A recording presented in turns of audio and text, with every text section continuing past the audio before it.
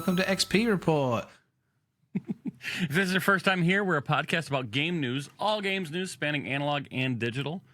If this isn't your first time and you've been here before, thanks for coming back. This week we're talking about Resident Evil. It's selling a lot. Peak, it's going away. And Roblox, they suck. They just suck so hard. I hate it. I'm excited to talk about that. It brings me joy. Yeah, the downfall of assholes. It just, sometimes you just go enjoy it. Anyway, for a few dragons, we got Highwinds coming out at Kickstarter, or like the campaign for. Let me start that again. Highwinds is Kickstart launching on September 8th, where you can back it and eventually get a really cool TTRPG book. Luminous Jigsaw Puzzles, our fancy puzzle game, where Ronnie does a lot of socials for us, is coming out free to play with some downloadable puzzle packs on August 26th. So please get it. Or look at them, wishlist them, follow them. The links will be in the show notes. Free to play? Free to play. Let's go. So we have one base pack that's going to be free to play, and two packs. There's one dragon pack. There's one natural landscapes pack that you'll be able to download and play, and then a mixed base pack of different things. Each month, we're going to release new packs, and we've got a few eventually free packs coming as well. So we're going to be expanding it every month with new, not just new packs, new features in the game as well. Awesome. I am enjoying my my little play test sessions.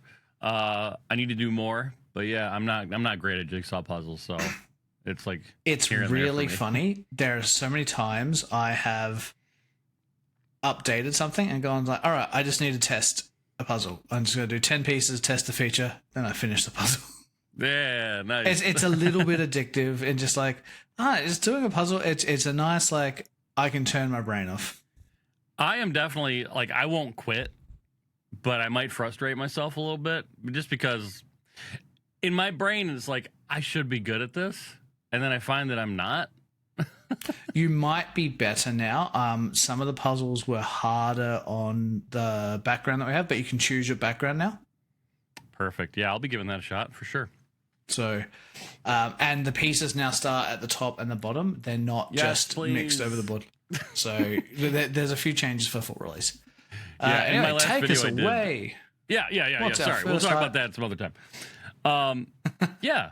Yeah, well, you should probably do this one, right? No, you can do Peak. All right. Anyways, Resident Evil is selling like mad. They actually took over Final Fantasy in overall sales in lifetime. Bless you, by the way. And I think it's 213 million units lifetime, now over Final Fantasy, which was 212 million. And Resident Evil 2 Remake is the highest selling Resident Evil game of all time. Is that, bless you, is that surprising? I'm kind of surprised, even though it was incredible. I played it, and I really did like the remake. Are you still here? I'm here. I don't know what's happening with my video. We're breaking down. I'm gonna keep going. The big surprising thing to me about this was that Resident Evil 5 is the second all-time selling Resident Evil game. I didn't mind it. I'm glad it's not Resident Evil 6, but Resident Evil 6 is number 3.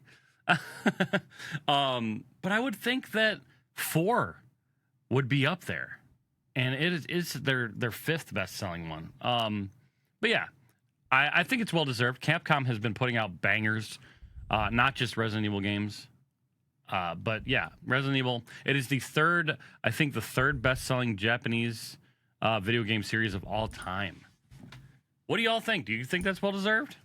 Resident Evil fans? Resident Evil non-fans? I don't know. I think I think it was just such a return to their form after what they had done with 5 and 6. I think people just really wanted it. Now, I'm going to fix my camera, and then we're going to have to stop recording because Logitech decided to change some devices. We will be back momentarily. And the intermission is over. I think we're talking about Resident Evil. Lack there of a better thing, I was saying it was just a really good return to the series that people enjoyed. like I was saying, basically, I am not surprised that RE2 is at the top. I am surprised 5 and 6 are in second and third for most sales. 5 wasn't really terrible. 6, I never played it, but I have not seen anything good about it. It's not good. It's not good. And I'm surprised RE4 with not just original but also port and remake are number 5 in sales overall. That's it. Yeah, it's interesting what people. I think it probably seemed at the time just much more accessible because they went a bit more actiony. Yeah. But on to our next piece of news. Peak is getting its final update, and with it, we will climb to the top one more time before the devs give us no more new updates. It's a really cool update. What this does mean is they wanted to get sort of this update done before porting to consoles because they didn't want to have to do multi-updates on many consoles and stuff. It's a good way to do it. It updates the last 2 biomes to have 2 alternates. So every single biome, as you climb up the mountain, has an alternative that randomizes. For the first 2 weeks, it will be it'll be forced every day that it's the new biome that you get, which is the castle and gloom or whatever it is. And gloom, yeah. I think that's really cool. I watched the YouTube trailer. It was almost sad, like the way that they presented it. I was like, man, it's so sad. Like, they did do it that way. So it is. I'm going to play it. It comes out in a few days, right? Yeah. 11th of August. Yeah, so I think we should do it. Yeah, I mean, I've only played Peak, as some of you know, like 3 times, maybe 4 times ever. You need to play, you need at least 200 hours in it to really get the experience. Yeah, I've got like 3 cosmetics. But I'd like to play that. Yeah, the final update. We should do that. Well, they'll release new achievements, and I have to have 100% achievements because I've got all the achievements that are currently available. I mean, I feel that you've got a little bit of FOMO, just a little bit, the smallest bit. No, it's not FOMO. It's like the achievements, like the cosmetics in the game are based on the achievements. It's actually about playing the game. It's not about buying something. It's not. It is the best thing that, like, the experience I've had. It reminds me of when I was a kid when I actually just got to play the game. Yeah, that is lost on a lot of games now. It's like you can't play unless you pay. People have told me, like, oh, it's just cosmetics, it doesn't matter. And then Peak came out, and they're like, oh, you unlock cosmetics for, like, actually doing things in a certain way. Like, you unlock the spaceman thing for, like, flying really far. I'm like, I played it. I did it all. I'm like, nope. It is still better to have cosmetics unlocked in the game. It felt better, and no one can convince me otherwise. Yeah, earning it, I think, is a great way to do it. Like, you feel satisfied for what you've done, and you get rewarded for it. So yeah, so I have not much more else to say on Peak. I am so excited to play the new update. I'm sad it's the last update. Yeah, I mean, if I want to, I could probably sink a good 100 hours into it. But it's one of those games where, like, I want to do a run, and then I want to go do something else, and then I'll come back and do another run later. Yeah, you should probably do community nights. I know. I've been talking about it. Now that Noble and I are doing our co-op stuff, I also talked about maybe once or twice a month doing community night stuff, and it being not like something like Jackbox or something like that. Something like Peak or we're going to talk about the newest game, Big Walk, something like that. Yeah, all those things would be really fun. Yeah, for sure. The next topic is a good topic. Next topic. Roblox sucks. Roblox have gotten themselves into, I won't even say a bit of hot water, but they've lost a massive valuation, so their company's not as worth as much as it was. They came out with a statement saying that the people aren't making enough good games on it. Yeah, so essentially they're blaming the children for not giving them enough free stuff to sell to other children. Yep. I read the article. It's pretty comical. Yeah, they're basically taking little to no blame for it. I think one thing they said, what was it that? Yeah, they described their results as terrible, saying that nearly every major engagement and spending metric moved in the wrong direction. Whose fault is that? Like, come it's on. their own fault. So they did a big ad campaign about a month or two ago where they were getting parents and stuff to be like, I trust like blah blah blah for my kid to play. Like, it was so awful. I reported every ad as misleading Because it truly is. I was just talking about Roblox. I genuinely felt like they were lying. They were trying to pay probably parents who didn't know any better into thinking of like it would promoting this. Yeah. So I thought it was disingenuous. Fuck them. Yeah. That's the long and short of it. I'm so glad that this is happening. I hope it continues to happen and trend downward. Because they have actively, for those that don't know, actively been stopping people from catching predators in the game. Like, it's been really bad.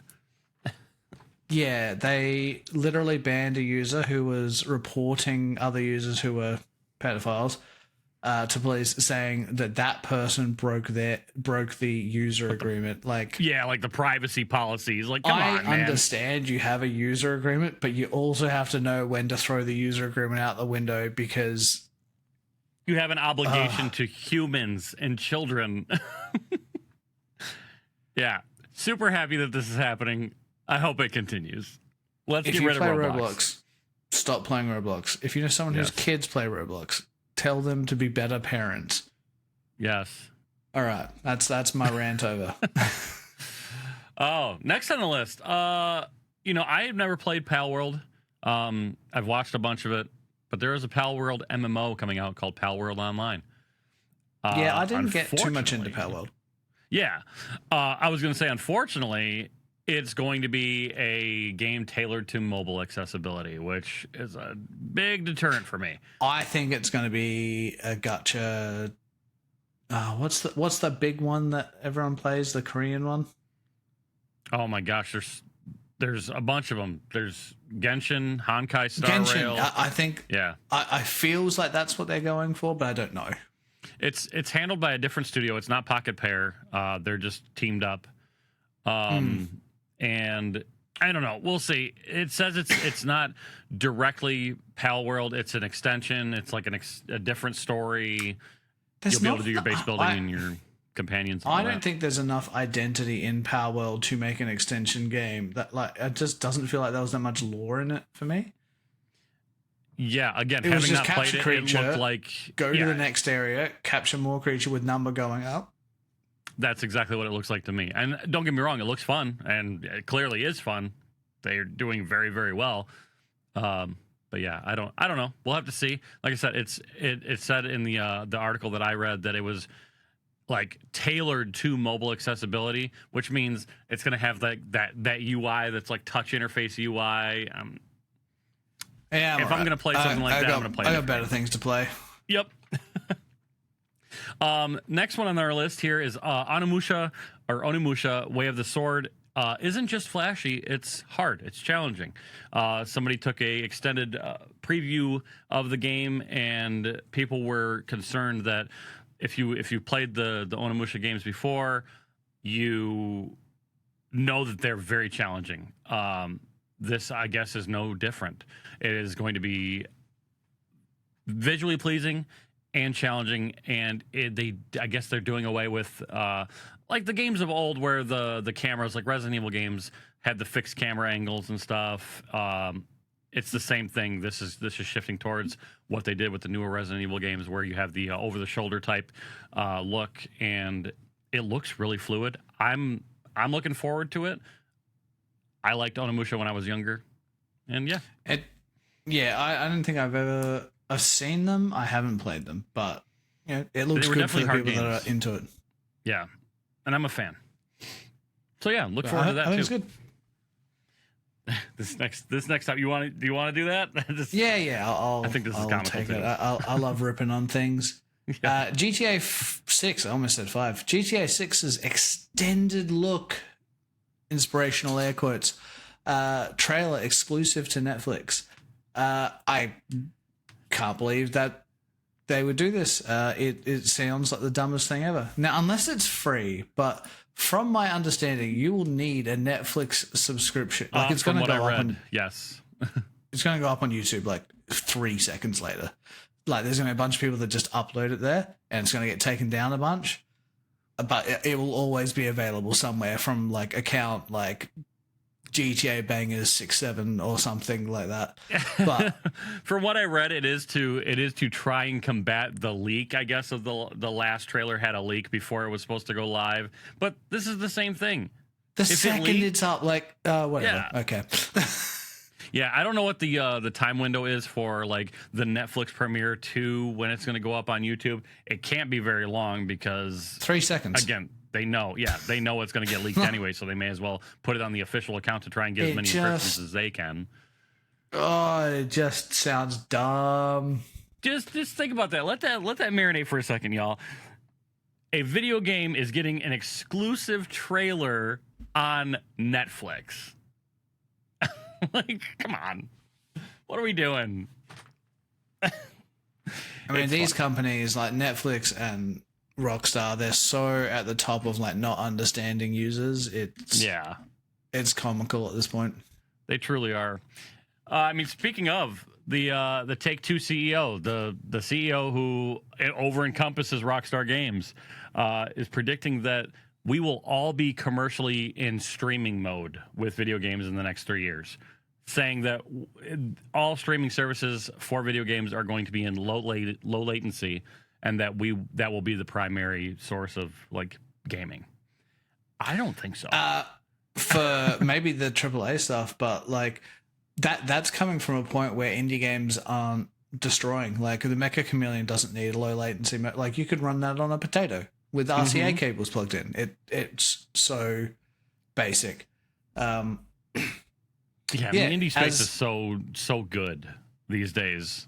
Well, it's destroying AAA. AAA are spending 5 years making something. It comes out, it flops. Look at like every Ubisoft game except their remake of Assassin's Creed 4, which was something that previously was already loved. But they couldn't make a new IP to save their life. And same with all these other ones. They're trying to work out what the next big thing is, but the next big thing is making good games, and they don't know how to do that anymore. Right. And their budgets are monumentally larger, which just sets them up for failure to begin with. The majority of them are not making back what they're putting into and how long they're doing it for. Meanwhile, again, Mecha Chameleon, 2 people. They just had an idea and they made it happen, and now they're multimillionaires. Well, so what they're saying is that people aren't going to have these big beefy computers to play AAA games. You're right, they're not. But the Steam machine, which everyone said, oh, that's not going to sell, it's too expensive, it's not high enough specs, I believe sold out in a bunch of areas because people don't care about graphics. If you look at the things that are mostly, like the Steam's top 20 or something, is like there's 1 or 2 games on there that is like you need a beefy machine for. Like you've got League, Valorant, like this isn't even top Steam, but like League, Valorant, Dota, CSGO, all the games which are huge number pushers all run on the lowest thing ever. Because that's what those games are. Like we want the highest player base. We will run on anything. Like it doesn't matter if your system's 20 years old. We will somehow make this game run on it. Yeah. Oh my gosh. Yeah. Like top 20. Slay the Spire 2 is one of them. Project Zomboid, Stardew Valley, Binding of Isaac, Bongo Cat. Yeah. Like, yeah. They do not understand how people do not need graphics. Yeah. It is and for me so too. foreign to them that they're like, everyone's going to have to be streaming their games from like these big servers. Like, no, they're not. They're not doing it now. They'll go buy a Steam machine that doesn't cost $3,000 and just like, all right, we won't play the AAA games. We'll play the games. We'll play Dota. We'll play Slay the Spire 2. We'll have a fucking great time. Yep. Yeah, and I do like pretty visuals, but if that is paired with not great gameplay, not great story, whatever it may be, I'll leave. I'm okay with doing that. Yeah, I think they are lost on it. Like they just don't get it. They really, really don't. And until it all falls apart, it's going to take these big companies falling apart, because the executives there, they will never get it. They don't play games. Yep. I think Andrew Wilson from EA once said something about like he wouldn't waste his time playing games or something. There's some quote he said, which is just like, dude, you run a games company. Like that. Well, that reminds me of the CEO of what's the company for Borderlands? Anyways, him talking about it's Randy Pitchford is who you're talking about. Yeah, that just reminds me of him saying, "Oh, you'll find a way to afford it. Yeah, like if you want it, you'll find a way to buy it." Like it's so disconnected. Yeah. So that's I think what an interesting take from a guy who doesn't get it. Yep. Oh, and our last piece of news here that I found here while browsing, Quake is getting a major update to its 2021 remaster of the original for the 30th anniversary. You're not getting a new Quake game. You're getting a new update called Dawn of the Machine. Apparently, it's going to be crazy. It's going to give you new enemies, new weapons, a new 19-episode, like, I don't know, story, like arc, that not only is 19 episodes, but also you're going to unlock things throughout your playthrough of that you can go back and take different forked paths with the unlocks that you've done through the first one. I mean, that sounds pretty good for an update to a, again, I know a lot of people are still game. really into Quake, so I think that'll make them happy. That's good. Yeah, it's big. I was trying to look at what they were calling it. Anyway, it doesn't matter. But it's cool that we don't need lots of graphics. We just have a cool fucking game. Update. Again, yeah, Quake is nothing pretty by any means to today's standards, but it's functional. It's going to outsell fucking it's fun. Ubisoft Game 6. Yeah. But yeah, that's it for the major news that we found so far.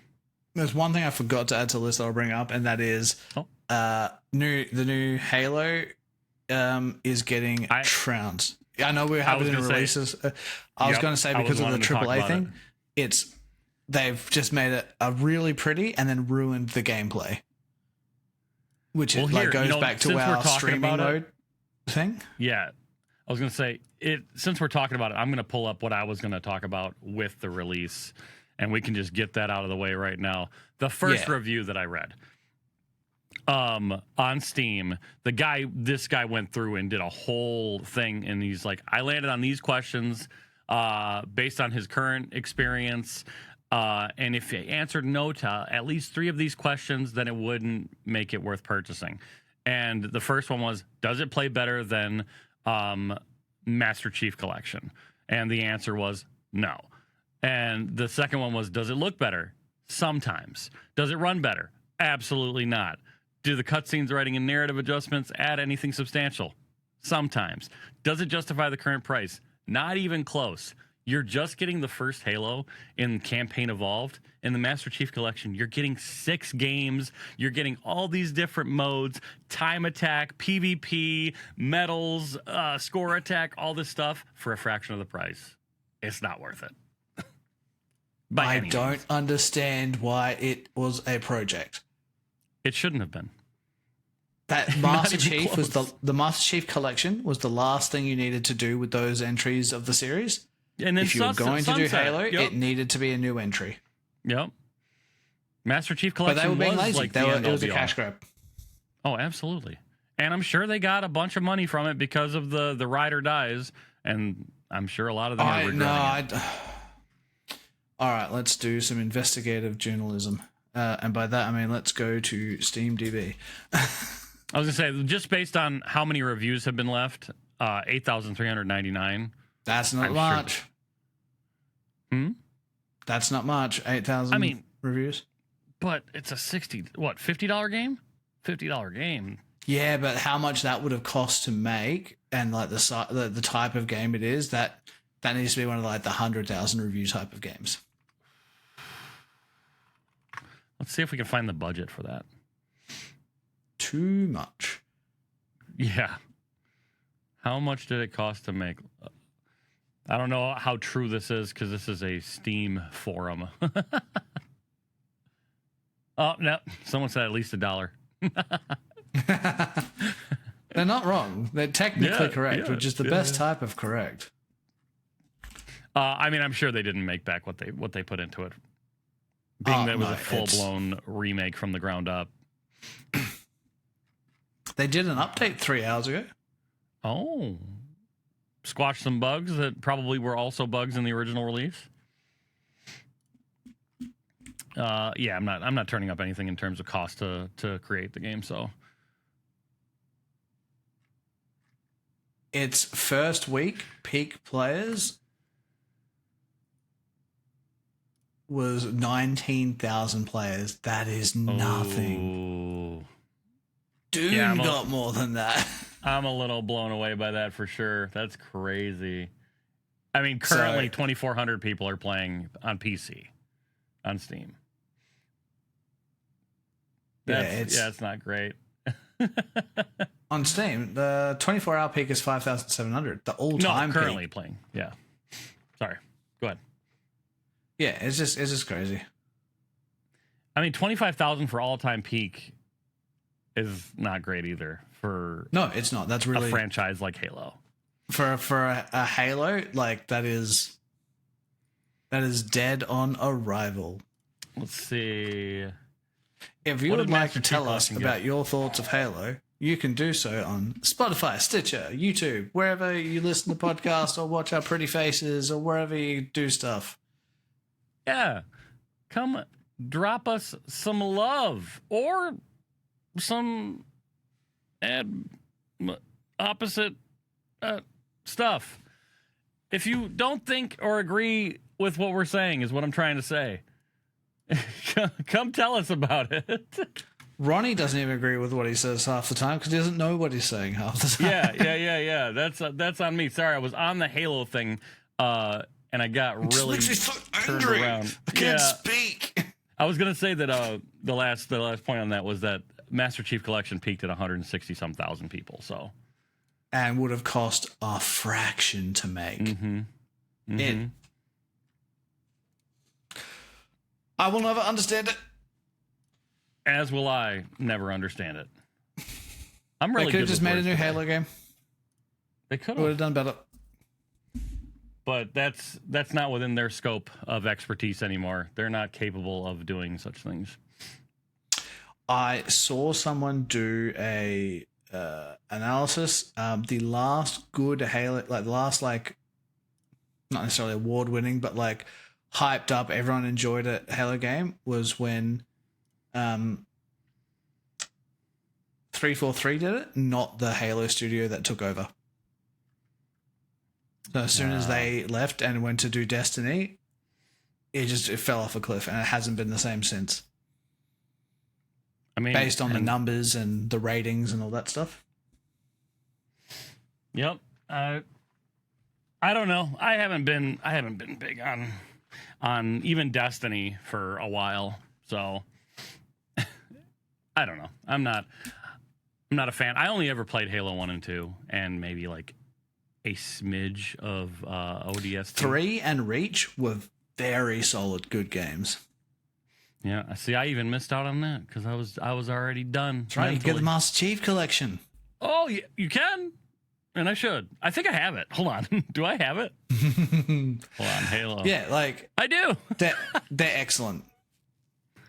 Okay, yeah, I have the Master Chief Collection, and I would never buy. You could actually play it on stream. I think each game takes about 10 hours, 10, 11 hours. You could play one a day for a week. You could be like, oh, you could literally say Master Chief Collection is the RPG wheel game, and like you would play it for less than a JRPG that you play usually. You're so true. Yep. Some of these games are taking me a month to play through at the rate that I'm playing them. Yeah, you need to aim for less 100%ing if you actually want to get through the wheel. I'm doing the least. Well, I'm not doing the least. I've not seen you do the least once. I mean, but it feels I'm not 100%ing. so everybody knows, I am not 100%ing these games. I'm doing what I feel is enough to make me be okay with never coming back. That's what I'm doing. That's fair. Because I will not touch these games again. I have too many to play, and there are way too many games that are still coming out that I want to play that I'll probably never get to. So, yeah, I'm doing enough to make me feel satisfied so I can move on. And with that being said, it's probably too much. And you're probably right. All right. Speaking of comments and stuff like that, we have been getting some comments, but they've been on our shorts that we've been posting, and those are from episodes, past episodes. One was talking about class action lawsuits. We should be putting those up about the Sony removing the 551 movies. That's probably where we got the most traction. A lot of people are talking about if buying isn't owning, piracy isn't theft. And, I tend to agree with if we're just going to keep on losing access to things we've paid our hard-earned money for. Well, hey, you're probably going to see a spike in piracy. There was a lawsuit that Anthropic buying books to then train AI off of them isn't theft.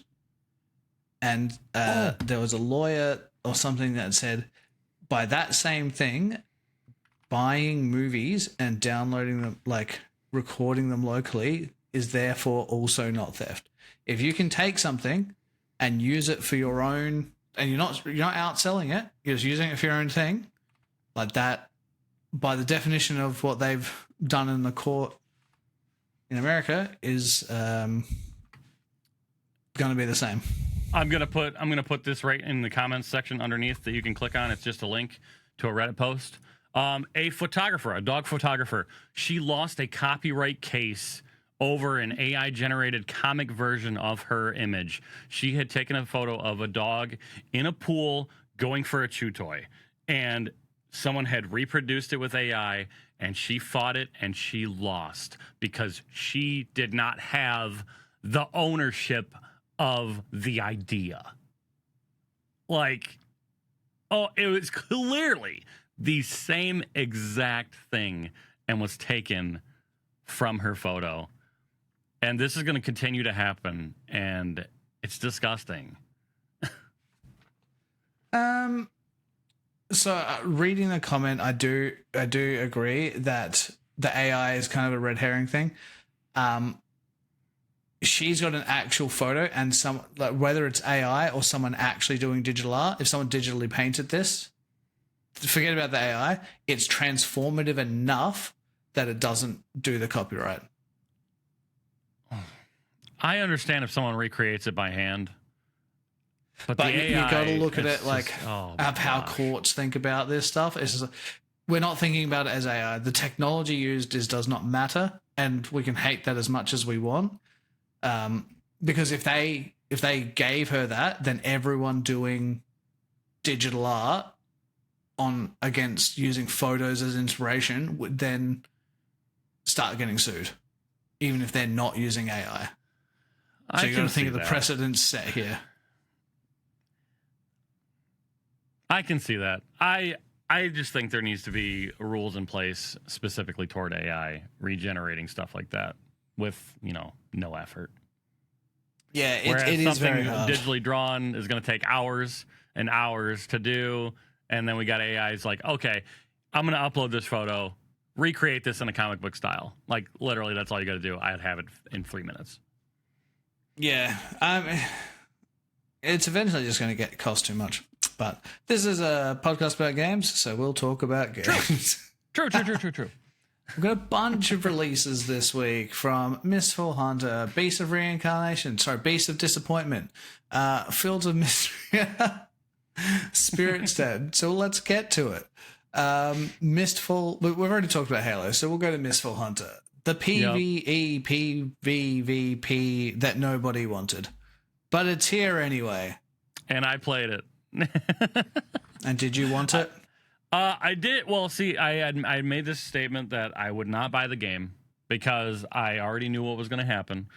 It's already mixed, isn't it? I think so. A lot of performance issues. Lots of performance issues people are having with PC optimization. latency.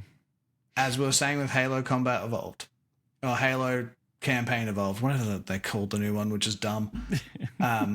It's only got 4,000 reviews. I will assume its max player count is extremely low. 30-some thousand all time, I think. Yeah, that's not enough. Like with the player drop off, that's gonna be a PvE only game very, very shortly, which I think they might actually get doing. more players because more players seem to be. People are sick of cheats. Yeah, and it's the nature of the game too. Like it attracts scummy behavior. Ratting, third party. It attracts the Ronnies of the world. Whoa. You watch me play. I'm not that guy. I was literally every time you make a shot, I assume away. Cheats were involved. What? I did get it as a review copy, and I have been enjoying it. But I also play the game a lot different than others. I'm not going in there looking to scum play, to rat, to extract camp. I sit there and I just try to do the quests and stuff and build up my camp. So, yeah, there's so many negative reviews. I'm surprised it's mixed, actually. I think it should be lower. Yeah, I don't know. They seem to think that they're doing well. Who knows what went into making it? They've already. I think they have to say that to try and get more players. They can't say, oh, the game's shit, guys. Like, don't buy our game. Oh, one of the things I wanted to bring up too, and it's about this game. When I was looking through the release, I saw a really funny headline, and it says, "After a successful week, Mistfall Hunter gets a roadmap promising a much-requested solo mode for one of its maps." It has 2 maps total. There's only 2 maps. The first one you can play with a team of 3 or solo. The second map you have to play with a team of 3 or go in alone against teams of 3. It's tough, but I found it funny that they said for one of their maps. One of the 2 maps. Anyway, moving on. Yeah. This next game looks like something you would like also. Yeah, well, sorry, you're talking about the next game, not this game. I was just add one thing in this fault. They also had a bunch of region things. They didn't open servers in every region. Oceania being one of them, which I don't care about. I wasn't going to play it. But, like, how do you do a launch and not do that? Alienating a whole player base then. It just seems dumb. I mean, even me, I'm NA East, and I was not getting matches in my region. And they was having to push me to other places. Like, what's happening? The game's brand new. Yeah, it's just not big enough. Like, people need to stop chasing the PvE, PvP, PvP, and so forth. I agree. All right. Yes, our next game, Corsair Cove. It's done so well. It came out with a 25% launch discount, which somehow feels like they are doing some sort of pirate trickery to get money out of me. I played the demo during Steam Next Fest, whenever the Steam Next Fest was in June, I think. It's amazing. If you like city builders and you like pirates, I hate both city builders and pirates, if you know me. No. No, it looks really good. Back Highwinds on Kickstarter in my Sky Pirate adventure. Corsair Cove. It looks so good. It's done by, is it published by Hooded Horse? A friend of mine works there. Yeah. So published by Hooded Horse, developed by Limbic Entertainment. It's a really cool, unique thing. Again, not a AAA game. It's at most III. Like, it is the top of indies. But it's got flavor. It's got, like, personality. Like, the devs really care about it. It's not multiplayer. It doesn't need to always be online. And it's just a game. It looks so pretty. It really does. But it's pretty without being taxing. Like, you don't need 6 graphics cards to run it. It's just they've done a really cool style with some nice water effects. Yeah, I mean, like the minimum requirements is a GTX 1660. Like, yeah, because like you can tell, this newest, latest. I don't even think it's graphically high. I think it's cohesive. They've done a real good job of making everything look like it fits together. It's not necessarily super high fidelity. Honestly, before looking up the releases for this episode, I had seen I'd seen a couple streamers that I follow playing it, and I like looked and I was like, but having looked at the trailer and stuff, this actually looks really good. And I do play city builders, but it's normally like a one and done thing. Like I'll check it out and then I won't go back. This would be one that I would want to play. Same thing with like Steam Frostpunk as well. I need to go back and play that. Yeah, you've wanted to play Frostpunk for a while. So this is Frostpunk. This is Frostpunk but Pirates. It's a city builder that has unique mechanics. It's not just build businesses, build roads. It like does kind of cool things. Like you have objectives that you need to hit. Yeah. And yeah, you wanting to play Frostpunk, you would exactly want to play this for the exact same reasons. See? That's why I called it. I knew it. Anyway, I'm passionate about it. I don't know if you can tell. It's a good game. Go get it. If you enjoy enjoying your life and not wasting it playing a PvEVP, play Corsair Cove instead. Our next game is an indie game as well called Big Walk. It is a walking sim that you can play either alone or with up to, I don't know, 8 people, 5 people, I can't remember. Yeah, it's made by the same people that made Untitled Goose Game. House. I think their studio has like 12 people. It's got about the same release numbers as Mistfall, just so we're aware. Yeah. This game, I've watched the trailer like 7 times.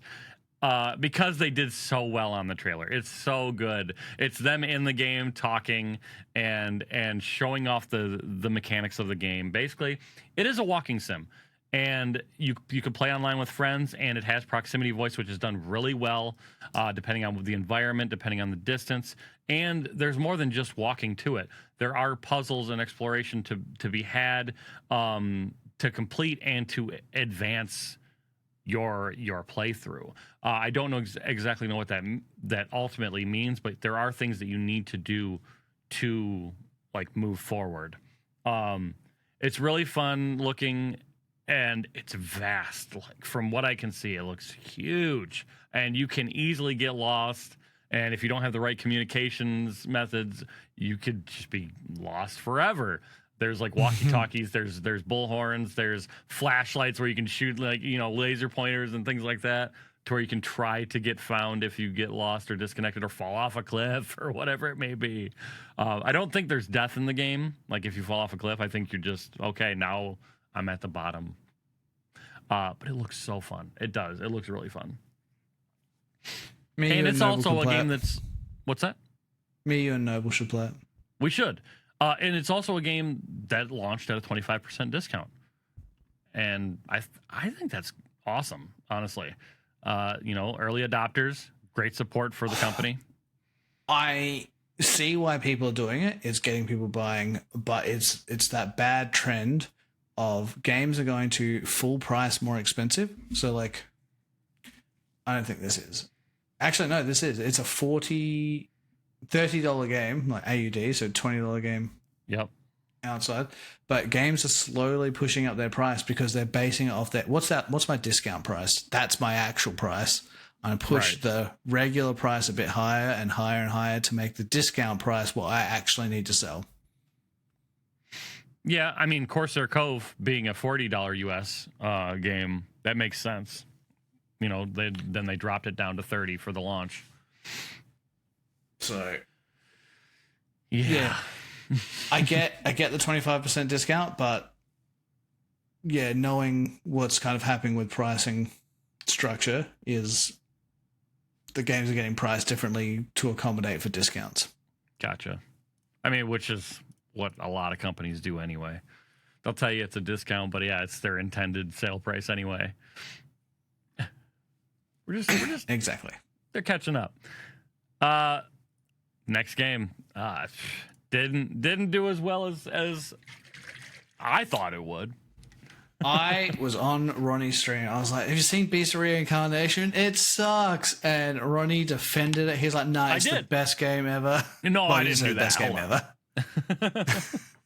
I did. I wanted to believe it was going to be great. I wanted to believe it was going to be Game Freak's their breakout game away from the stigma of all of the Pokemon games that they've developed.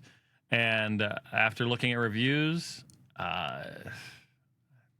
we were wrong. It wasn't Nintendo. I was right. Thank you. Yeah, well, yeah, we being me. Nintendo wasn't the one holding them back. Yeah, so I think Ronnie was enamored by, like, it's a quite pretty game, but that's all it had going for it. It's janky. It's just, there's parts of the game which are just so lazily developed. Like, there's a big monster that comes in at one point, and you can just walk under it. Like, it doesn't do anything to you. It just screams as if it's a cinematic that you can walk around in, and completely rips you out of the immersion. And that's fair, apparently I had only seen littered trailers throughout the game. Yeah. What was that? I had only seen trailers. To be fair, it looks good, but that's how games get you. After looking at the reviews, it checks out that's what happened. Yeah, it looks like lazily developed. I guess some of like the first boss ends up being another boss later in the game for the area that you're in. That kind of stuff. Like you were talking about, invisible walls where you just simply can't go places. Yeah, there was no attempt at making this an immersive space. They were just like, I don't want them to go here. Invisible wall, invisible wall, invisible wall, invisible wall.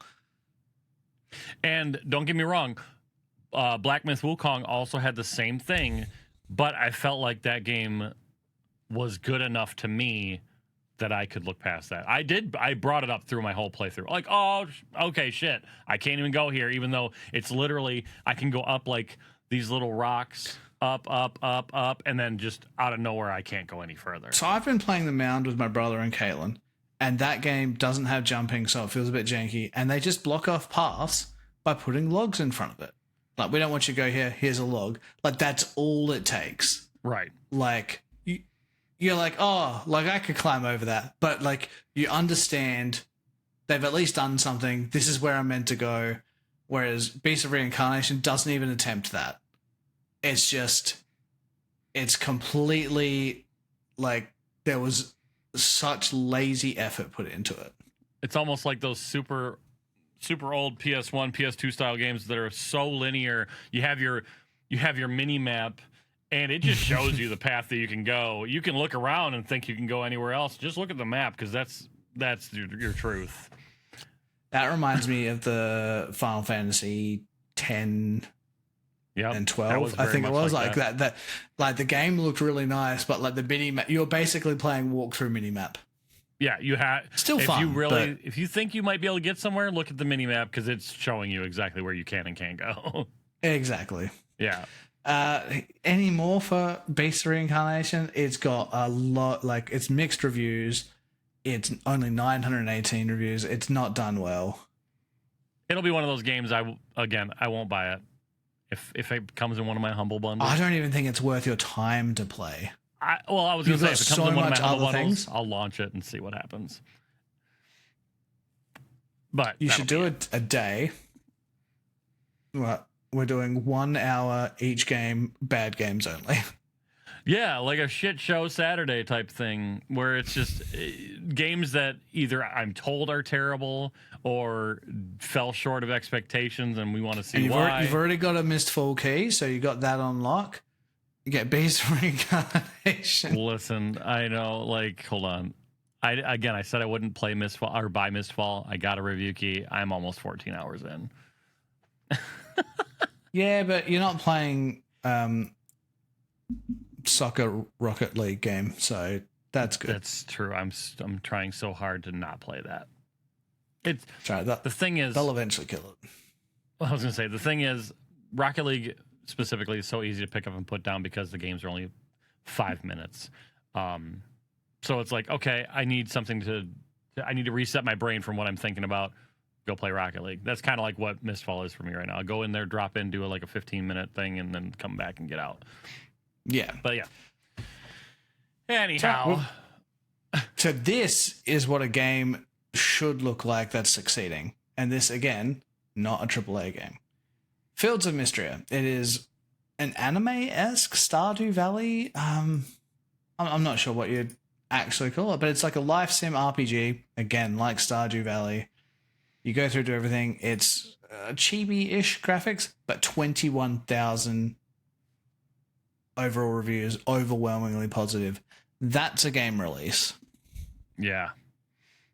And when did it go into early access? It's been out for like over a year, right? I'd say about a year, maybe a year and a half. I can't remember exactly. Could have looked it up, didn't. It came full release last week. Yep. And I've heard anytime anyone has talked about Fields of Mystria, I've heard nothing but great. Yeah, it's done very well. Like, and that's all games need. Like, you're not always going to make the perfect game, but if you make it with like heart and personality, like it usually finds an audience. That being said, if you make a game with heart and personality and do zero marketing, it's also not going to find an audience. And I see a lot of that problem. Keirron's game dev tips. One of the very first review that I saw just says, think Rune Factory, Stardew Valley, and amazing quality of life and deeply lovable characters. Exactly. So, like, it seems they've done everything right. And it's just them caring. Yeah, that's all it takes. That's all it takes. You know, an indie team that just cares about what they do. They set off with an idea and with a goal and see it through to the end. And that's not what our next game is. We got Marvel Token. I don't know how to say that. Yeah, I don't know how to say it. Souls. I was like literally looking at it. I was like, what? It's Marvel T. Marvel T. Fighting Souls. Not great. 50-some%. In the terms of reviews for the game doesn't even run on PC right now, apparently, for most people. It's a poor port onto PC from a console game that released. It's so bad.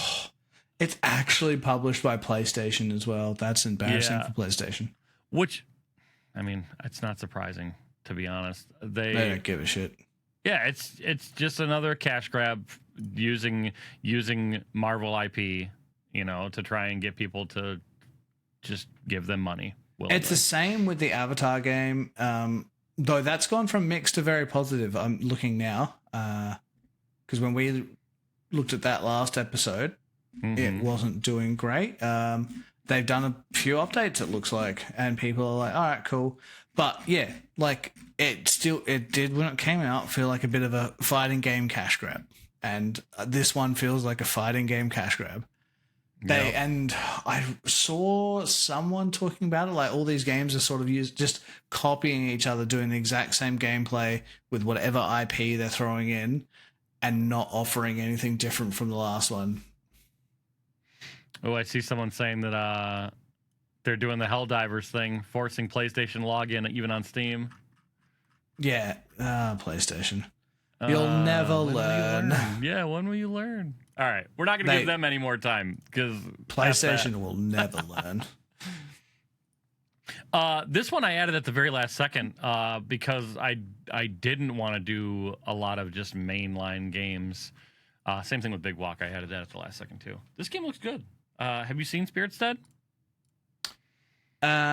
I have heard of someone playing it. Yeah, it's a cozy city builder game in like an incremental. It looks adorable. Land. Yeah, it looks really nice. Very cute, very vibrant atmosphere, and it's one of those things where like you start with a little patch of land. I'm trying to paint a visual for y'all. A little patch of land. You build something on it. Once you meet your requirements, then you unlock another patch of land, and you can keep on expanding to make a big old farmland, basically. Yeah, it looks adorable. It reminds me of Spirited Away aesthetic. It's that. The Ghibli style. It has like that. Yeah, the Ghibli style. It does have that look and feel to it, even though it's a top-down. So it's just the way they've drawn the buildings and the style of buildings and the characters gives me that, and the clouds and everything. Yeah, everything's so fluffy. No, it looks really good. I definitely wanted to put it on here. I think if you're into cozy city building type games, this one's definitely one you should definitely look into. And it's got a price point retail for $10 US. So Perfect. Nothing crazy. It's on sale right now, 10% off. So $9 US until the 20th of August. So if you're listening to this and you think you might want to check it out, check it out. It's called Spiritstead. It's good. I think that is it for us. Again, if you can, go follow Highwinds on Kickstarter or Luminous Jigsaw Puzzles on Steam. I realized this when I was doing all the announcements that we'd been really silent for a year and a half because we did Sacred Acorn and then haven't been working on a bunch of other stuff. And now it's all finally coming to fruition and I've just got so much happening at once. And I'm like, oh my God, what have I done to myself? Overwhelming yourself, but you don't experience that kind of anxiety, so I think you'll be all right. Just accept it as a challenge. But you're unlike any other, I tell you. Oh, thank you. Yeah, give us a review on Spotify, Apple, Stitcher, Podcast, YouTube, wherever you listen to your stuff. For anyone that's trying to listen on podcasts, which you can't at the moment, and you need to tell your community this, when we switched over to Spotify from Captivate, they released it as a new podcast on Pocket Cast, and I'm assuming some other things. So you can look up XPReport twice. One stops at episode 18. The newer one stops at everywhere else. So I'm going to have to contact a bunch of things saying, can you please remove the old one? Oh, that's rough. That was when we went to Riverside from Captivate? Captivate to Spotify. Spotify is our host now. Spotify. Oh, I got you. Yeah, that's not ideal. I didn't know that. It's because I just did the auto thing and it makes sense because all Pocket Cast does is put a link, and on someone's phone, they're listening to it. That link's pointing to Captivate. We change. They can't update that it's pointing because that's on their phone now. That's all this service is. It's a lookup. So I don't think it was ever going to work, and we needed to actually tell people. That's fun. Okay, well, you heard it. You should be watching and listening on YouTube and Spotify, just because you can see our faces. Look, if you want to see our faces, yes, but I'm a Pocket Cast guy myself. I've never actually used Pocket Cast, or Stitcher, so I'm just trusting you. But I also don't podcast very often, personally. Yeah, you're not a podcast guy. Anyway, we'll catch you next time. Thanks for listening. Yeah, go check out our stuff. Yeah. We'll see you guys. See ya.